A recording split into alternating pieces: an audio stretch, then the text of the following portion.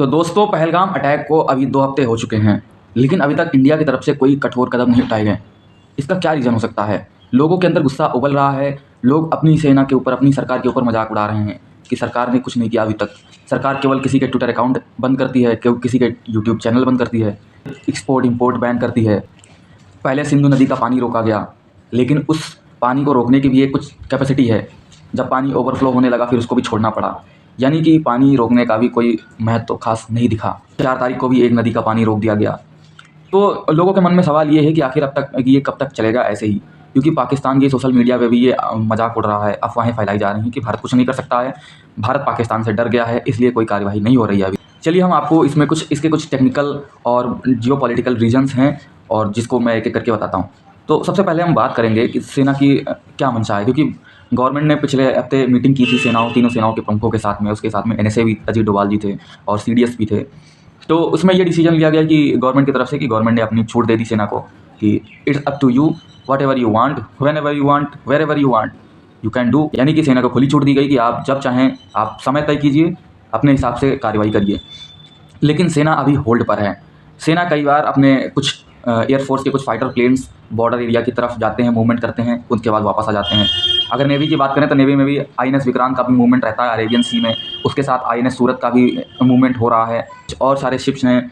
और Indian army का movement तो लगातार है ही बॉर्डर रीजन्स पे। लेकिन जिस तरह का मूवमेंट, मोबिलाइजेशन पाकिस्तान आर्मी की तरफ से देखा जा रहा है, जो कि अफगानिस्तान बॉर्डर से या फिर और अपने सारे ट्रूप्स को बॉर्डर पर डिप्लॉय कर रही है, चाहे वो जैमर्स हो, चाहे वो एंटी एयरक्राफ्ट मिसाइल्स हों, जितनी इनके पास मिसाइल्स हैं, जितनी इनके पास आर्टिलरीज हैं, वो सारी ये लोग डिप्लॉय कर रहे हैं।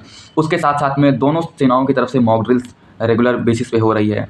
इंडिया एयरफोर्स भी अपने कुछ मॉक ड्रिल्स कंडक्ट कर रही है। उसके अलावा आर्मी भी कर रही है, नेवी भी कर रही है, और इसी तरह पाकिस्तान की सेना भी, तीनों सेनाएँ कर रही हैं। इसमें एक ये पॉइंट आता है कि देखा जाए इंडियन डिफेंस फोर्सेस का जो बजट है वो पाकिस्तानी डिफेंस बजट से कहीं ज़्यादा है।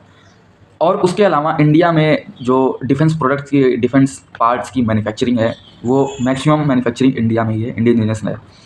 उसके अलावा DRDO भी अलग अलग तरह के ट्रायल्स, अलग अलग तरह की मिसाइल्स का कंडक्ट करता रहता है, टेस्ट करता रहता है। और साथ ही इसमें इसरो ने भी काफ़ी सारे अचीवमेंट कर रखे हैं। इसरो के एडवांस इनसैट सेटेलाइट्स स्पेस में चल रहे हैं, जो कि सेना के लिए यूज हो सकते हैं। लेकिन पाकिस्तान के साथ ऐसा नहीं है। पाकिस्तान का रक्षा बजट भी बहुत कम है। उसके साथ में उसके पास जितनी जो आर्टिलरी हैं, जो गन्स हैं, जो मिलिट्री वेपन्स हैं, उनकी एक लिमिटेड क्वांटिटी है, लिमिटेड मात्रा में है वो। तो ऐसे में भारतीय सेना और भारतीय गवर्नमेंट जो है वो ये चाह रही है कि इनको डराते रहो और इनके जो इक्विपमेंट्स हैं वो धीरे धीरे ख़त्म होते जाएँ। ऐसा मैं इसलिए कह रहा हूँ कि पाकिस्तानी सेना का जो रेगुलर डिफेंस खर्च हो रहा है वो करीब 2 से 3 हज़ार करोड़ के आसपास पहुँच गया है। जो डिफेंस बजट रहता है रेगुलर सिंगल डे का, वो 45 करोड़ का होता है। तो ऐसे में पाकिस्तान की इकनॉमी भी ध्वस्त हो सकती है आने वाले दिनों में। और कल की एक रिपोर्ट्स की माने तो पाकिस्तान के पास केवल, अगर वार होती है तो वो 4 दिन ही कैपेबल है, 4 दिन की वार लड़ सकता है, उसके बाद वो कुछ नहीं कर सकता। तो आप ये सोच सकते हो, सरकार और सेना का यही काम है कि सेना रेगुलर तौर पे मॉक ड्रिल्स कंडक्ट करती है, टेस्ट कंडक्ट करती है, ताकि पाकिस्तानी सेना को उकसाया जाए और वो भी अपने मॉक ड्रिल्स और कंडक्ट करें, जिससे उनका खर्च बढ़ेगा, उनके जो ट्रूप्स हैं उनका मोबिलाइजेशन बढ़े। जो ट्रूप्स उनके अगर बॉर्डर रीजन पे आएंगे तो उससे उनका खर्च भी बढ़ेगा, मोबिलाइजेशन का भी खर्च बढ़ेगा। और उसके साथ ही गवर्नमेंट जियोपॉलिटिकल टेंशन्स दे रहा है पाकिस्तान को, जैसे कि इंपोर्ट एक्सपोर्ट बैन करना हो, एयर स्पेस बैन करना हो, सभी के सोशल मीडिया अकाउंट्स बैन करना हो।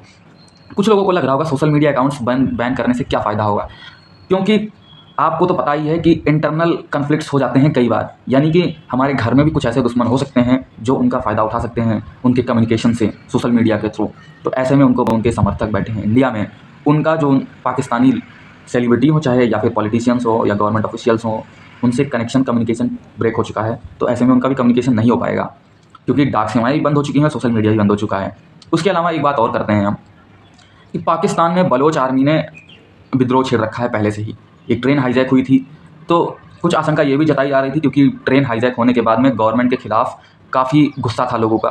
तो उस गुस्से को शांत करने के लिए, डाइवर्ट करने के लिए मुद्दे को, में भी पाकिस्तान ने ऐसा किया हो कि इंडिया के पहलगाम में अटैक करवाया हो। खैर, ये तो रही इमेजनरी, मतलब इसके कोई ठोस सबूत नहीं है। लेकिन जब पाकिस्तानी आर्मी का मोबिलाइजेशन बॉर्डर रीजन्स पे हो रहा है तो वहाँ पे और ज़्यादा विद्रोह बढ़ सकता है। बलूचिस्तान में, यानी कि वहाँ पे गृह युद्ध के साथ साथ उसके सेपरेटिज़्म के जो आशंका है वो गहराती जा रही है। तो ऐसे में इंडियन गवर्नमेंट जियोपॉलिटिकल टेंशन्स दे रही है पाकिस्तान को। अगर वहीं Indian army, Indian arm forces की बात करें तो इंडिया की जो डिफेंस इक्विपमेंट्स है, वो डिफेंस मैन्युफैक्चरिंग है, वो इंडिजिनस है। कुछ मेजर प्रोडक्ट्स जो हैं वो इंपोर्ट करने पड़ते हैं, जैसे कि चाहे वो राफेल की बात करें या फिर S-400 मिसाइल सिस्टम्स की बात करें या फिर कुछ ड्रोन्स की बात करें जो कि यूनाइटेड स्टेट्स से अभी हाल ही में डील हुई है। और कुछ छोटे मोटे इक्विपमेंट्स जैसे रडार सिस्टम हो सकता है, जो इलेक्ट्रॉनिक वॉरफेयर्स के इलेक्ट्रॉनिक पार्ट्स हो सकते हैं, केवल उनको इंपोर्ट करना पड़ रहा है। यानी कि इंडिया जितना चाहे उतना टेस्ट एंड ट्रायल कंडक्ट कर सकता है, मॉक ड्रिल्स कंडक्ट कर सकता है। इंडिया में डिफेंस बजट की कोई कमी नहीं है, तो ऐसा इंडिया के साथ कोई इशू नहीं होने वाला है। लेकिन आर्मी यही कर रही है कि आर्मी के, चाहे वो नौसेना हो, एयरफोर्स हो या फिर मिलिट्री हो, ये लोग बॉर्डर रीजन्स पर कुछ ऐसी कंडीशंस क्रिएट करते हैं ताकि पाकिस्तानी आर्मी, पाकिस्तानी मिलिट्री बेकाबू हो जाए और वो भी अपने टेस्ट कंडक्ट करे, ट्रायल कंडक्ट करे, ताकि उसका खर्च बढ़ जाए और इकोनॉमी ध्वस्त हो और उसका बजट भी कम होता जाए। और उसके साथ साथ उनका जो डिफेंस इक्विपमेंट है वो भी खत्म होता जाए। तो जब डिफेंस इक्विपमेंट खत्म हो जाएंगे तो ऑब्वियस सी बात है कि उनके पास लड़ने के लिए पर्याप्त मात्रा में हथियार नहीं रहेंगे। फिर इसी टाइमिंग का इंतजार हो रहा है इंडियन गवर्नमेंट और इंडियन आर्मी के द्वारा। तो आशा करता हूँ आपको ये वीडियो अच्छी लगी होगी कि, लेकिन अगर आपके अंदर अभी तक जो गुस्सा था वो भी, मैं आशा करता हूँ ये शांत हो चुका होगा कि इंडियन गवर्नमेंट अभी तक कोई एक्ट क्यों नहीं ले रही है। तो दिस वाज द रीज़न।